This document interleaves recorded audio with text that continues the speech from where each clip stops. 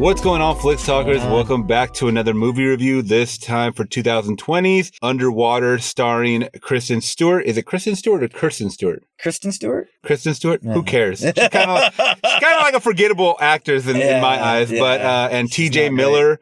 And I also noticed the actor who's not a big name, but he was also in 10 Cloverfield Lane, the young guy. Yeah, Cassavetes. Cassavetes? Well, that's his okay. That's it. I was saying, that's an interesting first name.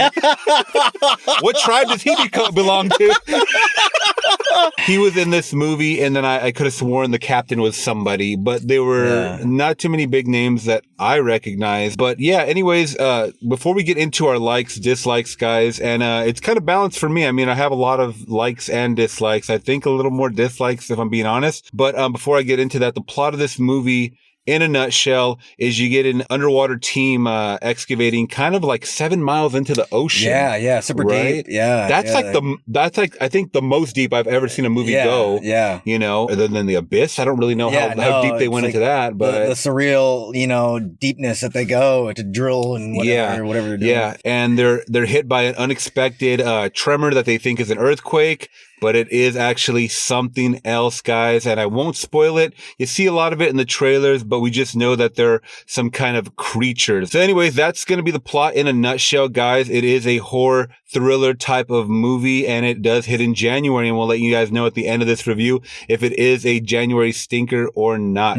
Right away, what were your initial thoughts walking out of the theater? I wasn't a big fan of it, to be honest with you. There was some parts that were I thought pretty good. Mm-hmm. It was okay. I don't want to spoil anything, but when you see that certain thing, you're just like, that's pretty cool. Yeah. But other than that, I was a little let down. You didn't care for really any of the characters. It's just like that was the first thing I was thinking about is that we get introduced to so many characters. I think it starts off with something like seven characters. Yeah. So you get a lot, and you're like, cool, but you don't get much time with them. Yeah, you don't get to develop who they even are. Any character development. Like I couldn't tell you the characters' names in the movie. Yeah, that was one thing that really stood out to me, especially when we got towards the end of the movie. I'm like, I didn't really care who was going to live or die. And I kind of knew who was going to live or die. Yeah. Once they showed a weapon on screen, I'm not going to say what it was, but I'm sure you picked it out. I was like, that's going to be the weapon that they use for the final scene and whatever. And it ended up happening. So it was very predictable in my eyes. Yeah, it was really predictable. The one thing I really did love, though, was seeing Kristen Stewart in a role like this. I feel like people still see her as a Twilight girl. Yeah. And with the Charlie's Angels thing, it's just terrible for her career, I think, in my eyes. I don't think there's any benefits of having movies that bomb that much. She has to just start getting to other roles, and her in this role, what I really loved seeing was her throwing her body around everywhere, and it didn't look like a stunt double. It looked like she was really running through these corridors, diving on the floor when things were exploding. That takes, if it was a stunt double, it was good editing. I thought it was all her. It looked like her, and much props to her on that. Another like of mine was the actual monster that we got underwater. Yeah, that's what I was gonna say. It was the creature there. The creature really unique. I've never seen like a creature like that in a movie. Mm-hmm. So I thought it was really well put together. The creature was really, really good. And without giving too much away, guys, you do kind of see it a little bit in the trailer, but it does become a little bit of like a slasher type of thing. Did you kind of get that feel a little bit? Yeah. I got a little bit of a slasher feel,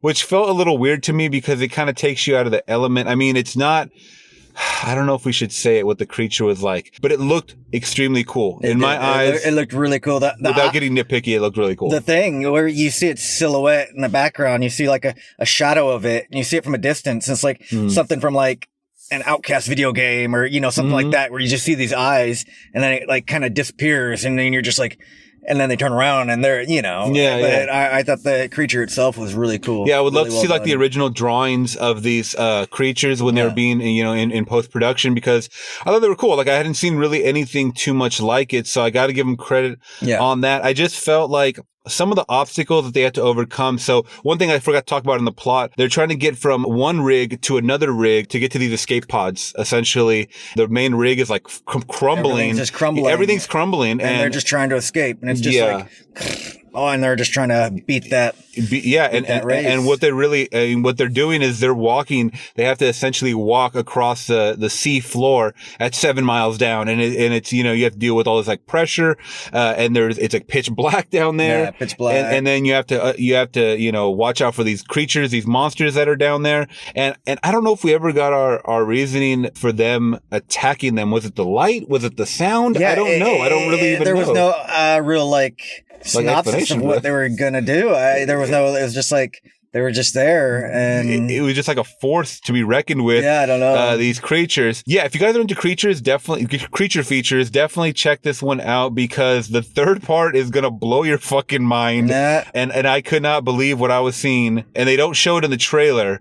But it felt like a Gears of War game. Yeah. That's the only way I could describe it. And just from seeing trailers, I don't play games, but just from seeing it, like, it reminded me of like something from Doom, or I don't know, dude. Like, something crazy. Cool. And I thought that part was cool. Yeah. The music was great. The music kind of pulled you in, but there was a lot of scenes where it felt claustrophobic and then it didn't. And then they tried to set up these scenes that were, that I don't know, they just extended. This movie's only an hour and 38 minutes or something like that. And it felt like it was longer than that. It felt like it was longer than an hour and 38 minutes. Yeah. And like I said, there was some elements that I liked, some elements I didn't. I don't know. It looked like it was probably hard making this film. With the cast just flying around everywhere. Oh, no, totally. A lot of shaky cam. Yeah. And that's what kind of, like, I was in the theater, like, had to close my eyes. Oh, yeah. It gets a little disorientated and everything. Exactly. So that was good. I mean, I felt like I was there. Yeah. They had to do a lot of work for this movie, obviously, a lot of, whatever stunts and there was a lot that went into it. Yeah. Which I appreciate that. Yeah. Just, it wasn't about like, it. There's something. And I can't really put my finger on it. It's hard to explain, but it wasn't like I'd much rather like watch The Thing or Aliens, you know, and that's like, I guess I'm just getting nitpicky. We've seen so many movies. We just tend to compare them to older movies. And that was the hugest comparison, is people were like, this is Alien, the movie Alien, underwater. Yeah. And I can see where that, I mean, when you come up with something from the 70s or 80s that's like an iconic thing, anything you create after that is going to be be hard not to replicate it or people are going to compare it to. The reason why I wanted to see this movie, but I wasn't rushing out to see it, is because I'm very fascinated with like deep sea shit. So like, especially when it comes to creatures, like it's something like what, like 90% of the ocean we don't know or something? Oh yeah. Like we don't even know what's out there. So this shit could be really out there. Ocean. Oh yeah. It's like another world, Yeah. It's just like, I think it was 5-10% of the ocean, maybe, less than that. I don't know. And every time they have these like hurricanes and typhoons and monsoons and stuff that bring out all these creatures on the shore, we're discovering like millions of new creatures all the time that we don't know about. It was cool in that sense, seeing, kind of what could be, I guess, and especially for horror or thriller fans, I think you guys will like that creepiness aspect. Unfortunately, they didn't execute it that well. The director, I don't even know if this, what the director. I didn't look it up, but I was gonna. Maybe we should look up, what the director did before this, but didn't ring a bell with the names. Like I said, the characters themselves, I only know a few of them. Yeah, this movie reminded me of a lot of Leviathan. This guy's a movie connoisseur. I have no clue what movie that is. The synopsis of this is: an American deep sea mining colony stumbles upon a sunken Soviet vessel hiding a horrific secret. Okay. Is that like a creature feature as well? Or? Yeah. I'm glad they they gave away a lot in this trailer, guys, but like I said, in the third act of this movie, you guys find out there's another secret, in there. I thought it was a cool payoff. Unfortunately, it just wasn't executed that well. TJ Miller. Talk about TJ Miller in this movie. What'd you think about him? He was all right. I mean, he wasn't in it, for a long, long time. Yeah. But he's okay. Yeah. He tried to be like the comedy relief in it. Mm-hmm. And, like always. Yeah. He reminded me of Danny McBride in what is that? The Aliens movie, the newest one. Yeah, the Aliens were back again. I don't know what the fuck. It's just the newest Alien. The really shitty one, yeah. Well, the one that came after the prequels. It was Prometheus and then Alien Covenant. Yeah. So it's you get one of those where you throw in a comedy guy trying to act serious, but they try to write this dialogue. First of all, I hated T.J. Miller's character in this movie because it felt so forced. Yeah, it did feel forced. It felt like maybe the director was like, he saw Deadpool and he's like, haha, I gotta get that guy in this movie. Yeah. Let me write some lines. But the jokes were not hitting. No, they at weren't. All. It was like maybe like one hit, where someone went like, huh. It was someone more chuckled. Yeah, it was more. He was more of an annoying character. Like you're just like, all right, dude. It's not that you're not being funny right now. He just like didn't seem like he was trying too much. No, yeah. Every 5 seconds he was like, yeah, I think we're all gonna die. Yeah, so it was like that. It was that more dark humor type of stuff, and I felt like he was a useless character. He was. There was a lot of useless, expendable characters in this movie. There was a lot of expendable characters. Yeah. Yeah, I didn't just care. I didn't care for any of the characters, dude. I didn't know them. Didn't care for them. It just. What this movie, and not to compare it because it's T.J. Miller, but I felt a little bit of Cloverfield vibes in this movie.